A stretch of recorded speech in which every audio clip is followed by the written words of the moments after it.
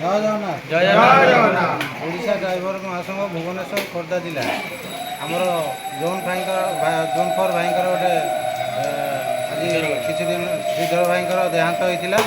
ତ ଆମେ ସମସ୍ତେ ଭାଇମାନେ ଆସିଥିଲୁ ଭୁବନେଶ୍ୱର ଆମର ଜୋନ୍ 4 ଭାଇମାନେ ଏବଂ ତାଙ୍କର ଯେଉଁ ଇନ୍ଦ୍ରଧନୁ ମାର୍କେଟ ଗୋଟେ ଅଟୋ ଷ୍ଟାଣ୍ଡଟେ ଅଛି ସେ ଭାଇମାନେ ସମସ୍ତେ ଆସିଥିଲେ।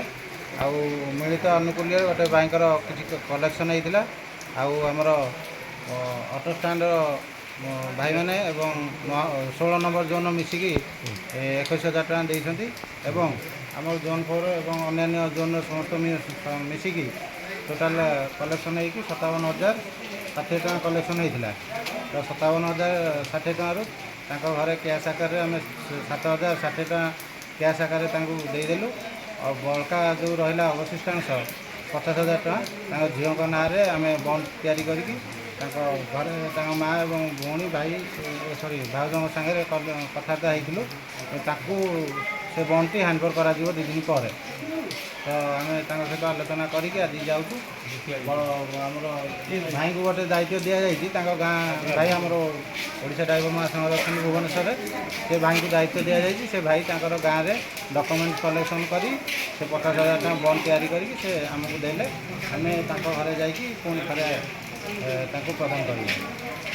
ଆମର ସିବିଆଇ ଅଛନ୍ତି ଜୋନ୍ 4 ଭାଇ ଆଉ ତାଙ୍କ ସଭାପତି ଜୟ ଜଗନ୍ନାଥ। ନମସ୍କାର। ଓଡ଼ିଶା ଡ୍ରାଇଭର ମହାସଂଘ ଆଜି ସମସ୍ତେ ଶ୍ରୀଧର ଭାଇଙ୍କର ଯେଉଁ ଅନ୍ତ୍ୟେଷ୍ଟି କାର୍ଯ୍ୟ ଅଛି ଏଗାର କାର୍ଯ୍ୟ ସମସ୍ତ ଭାଇମାନେ ପହଞ୍ଚିଥିଲୁ। ଆପଣ ଦେଖୁଥିବେ ଭାଇଙ୍କ କାର୍ଯ୍ୟ ପରିବାର ତ ବହୁତ ଶୋକାକୁଳ ପରିବାର, ଶୋକାଳୟ ପରିବାର ସବୁ ଛାଇ ଯାଇଛି। ବହୁତ ଦୁଃଖର ବିଷୟ। ତ ଆମକୁ ଦୁଃଖ ଲାଗୁଛି ତଥାପି ଭାଇଙ୍କ ଅଭିମୁଖିଷ୍ଟ କ୍ରିୟାରେ ଆମେ ଆସି ଠିଆ ହେଇଛୁ। ଯାହା ଓଡ଼ିଶା ଡ୍ରାଇଭର ମହାସଂଘରୁ ଯାହା ବି ସାହାଯ୍ୟ ସହଯୋଗ ଯୋଗାଇ ଦିଆ କଥା ତାହା ନିଶ୍ଚୟ ଯୋଗାଇ ଦିଆଯିବ। ତଥାପି ଆଜି ତାଙ୍କୁ ଦୀପ ଭାଇ ଯେଉଁ କହିଲେ 50,000 ଟଙ୍କାର ବଣ୍ଡ ଆଉ 7,000 ଟଙ୍କା କ୍ୟାସ୍ ତାଙ୍କ ଘର ପରିବାରକୁ ଦିଆଯାଇଛି। 7,060 ଟଙ୍କା ଦିଆଯାଇଛି ଏବଂ ଆଗାମୀ ଦିନରେ ଯାହା ଗଭର୍ଣ୍ଣମେଣ୍ଟରୁ ଯାହା ବି ରୁଲ୍ସ ରେଗୁଲେସନ୍ ଅନୁସାରେ ଯେଉଁଟା ପାଇବାର ଅଛି ସକ୍ଷମ ସେ ଅନୁସାରେ ଭୁବନେଶ୍ୱର ବ୍ଲକ ଗଭର୍ଣ୍ଣମେଣ୍ଟ ଏବଂ ଖୋର୍ଦ୍ଧା ଜିଲ୍ଲା ଗଭର୍ଣ୍ଣମେଣ୍ଟ ନିଶ୍ଚିତ ରାଜ୍ୟ କମିଶନ ମିଶିକି ତାଙ୍କୁ ସାହାଯ୍ୟ କରି ତାଙ୍କ ପରିବାରକୁ ନିଶ୍ଚିତ ହସ୍ତାନ୍ତର କରିବେ।